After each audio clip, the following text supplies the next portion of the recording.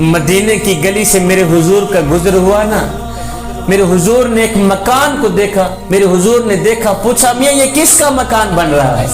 کسی نے کہا حضور فلاں انصاری کا مکان بن رہا ہے، فلاں انصاری کا مکان بن رہا ہے۔ خیر میرے حضور دیکھ کر آگے چلے گئے۔ کسی نے اس انصاری کو کہا میاں حضور نے تیرے مکان کو دیکھا تھا، جب حضور تیرا مکان دیکھ رہے تھے تو اس وقت حضور کا چہرہ بتا رہا تھا کہ تیرا مکان حضور کو پسند نہیں آیا، تیرا مکان حضور کو پسند نہیں آیا۔ اس نے کہا اچھا، حضور کا چہرہ بتا رہا تھا کہ میرا مکان میرے حضور کو پسند نہیں آیا؟ کہا ہاں۔ اس انصاری نے کیا کیا؟ کدال اٹھایا، مکان کو مٹی کے برابر کر دیا، گرا دیا، مٹی کے ساتھ مٹی کر دی، ملبہ کر دیا۔ کچھ دن بعد اسی گلی سے پھر سے میرے کریم نبی کا گزر ہوا۔ میرے کریم نبی نے دیکھا وہ مکان جو عالی شان محل بن رہا تھا، وہ مٹی کے ساتھ مٹی ہو پڑا ہے، ملبہ پڑا ہے۔ میرے حضور نے پوچھا میاں یہاں پچھلے دنوں میں میرا گزر ہوا، میں نے دیکھا ایک مکان بن رہا تھا، آج جب دیکھا ہے تو وہ ملبہ نظر آیا ہے، مٹی کے ساتھ مٹی ہوا پڑا ہے، کس نے گرایا ہے؟ کہا جی مکان مالک نے خود ہی گرایا ہے۔ میرے حضور نے فرمایا اس کو میرے پاس بولو۔ انصاری آ گئے، کہا جی حضور قربان جائیں آپ کے نام۔ میرے حضور علیہ السلام نے فرمایا او میاں تیری گلی سے میں گزرا تھا، تیرا ایک مکان بن رہا تھا، اب جب کچھ دن بعد گزر ہوا تو دیکھا کہ وہی مکان مٹی کے ساتھ مٹی ہوا پڑا ہے، ملبہ پڑا نظر آ رہا ہے، تیرا مکان کس نے گرایا ہے؟ اس نے کہا جی میں نے گرایا اور اپنے ہاتھوں سے گرایا ہے۔ میرے حضور نے پوچھا میاں تو نے کیوں گرایا ہے؟ اب اس کے گرانے کی وجہ دل کے کانوں سے سنیے گا۔ میرے حضور نے پوچھا میاں تیرا خوبصورت مکان بن رہا تھا، اب جب کافی دن بعد اسی گلی سے میرا گزر ہوا تو میں نے دیکھا کہ وہی مکان مٹی کے ساتھ مٹی ہوا پڑا ہے، یہ مکان کس نے گرایا؟ اس نے کہا جی میں نے خود ہی گرایا اور اپنے ہاتھوں سے گرایا۔ میرے حضور علیہ السلام نے پوچھا میاں تو نے کیوں گرایا ہے؟ میاں تو نے کیوں گرایا ہے؟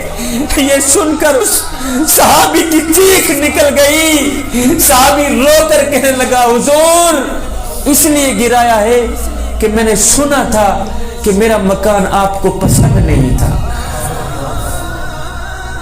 میں نے سنا تھا میرا مکان آپ کو پسند نہیں آیا، سنا تھا کہ میرا مکان آپ کو پسند نہیں آیا۔ ہم ایک لمحے کے لیے اپنے اندر اتریں اور سوچیں کہ ہمارا کیا کیا حضور کو پسند ہے۔ کسی پیر سے پوچھنے کی ضرورت نہیں، کسی فقیر سے پوچھنے کی ضرورت نہیں، کسی مولوی سے پوچھنے کی ضرورت نہیں، آپ اپنے ہی مفتی سے پوچھیں۔ یہ جو اندر مفتی بیٹھا ہے نا، آپ اس سے پوچھیں کہ ہمارا کیا کیا حضور کو پسند ہے، ہمارا کیا کیا اللہ کو پسند ہے، کیا کیا اس کے رسول کو پسند ہے۔ سبحان اللہ۔ ہم ایک لمحے کے لیے اپنے اندر اتریں، ہم ایک لمحے کے لیے اپنے باطن پہ اتریں اور سوچیں کیا ایک محفل سے حضور کی محبت کا حق ادا ہو جاتا ہے؟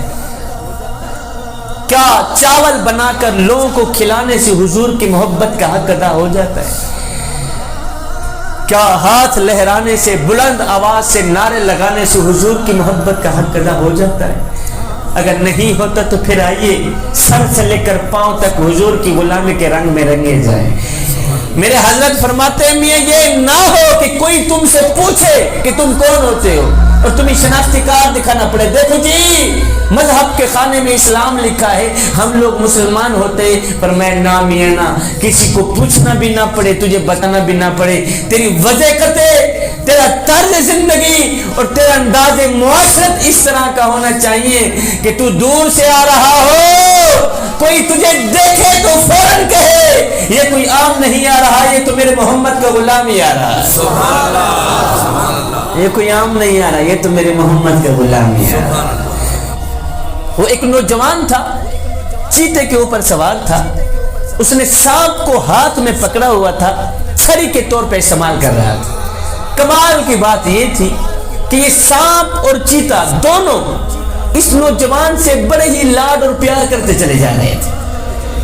جا رہے تھے آگے حضرت شیخ سعدی نے جب اس نوجوان کو چیتے پہ سوار ہوتے دیکھا، حیرانی کے عالم میں گمسم ہو کر شیخ سعدی نے پوچھا، نوجوان، اور چیتا بھی انسان کا دشمن، سانپ بھی انسان کا دشمن، اور یہ دشمن ہو کے تیرے ساتھ لاڈ اور پیار کرتے چلے جا رہے ہیں، کیا ان دونوں نے تیرے ساتھ دوستی لگائی ہوئی ہے؟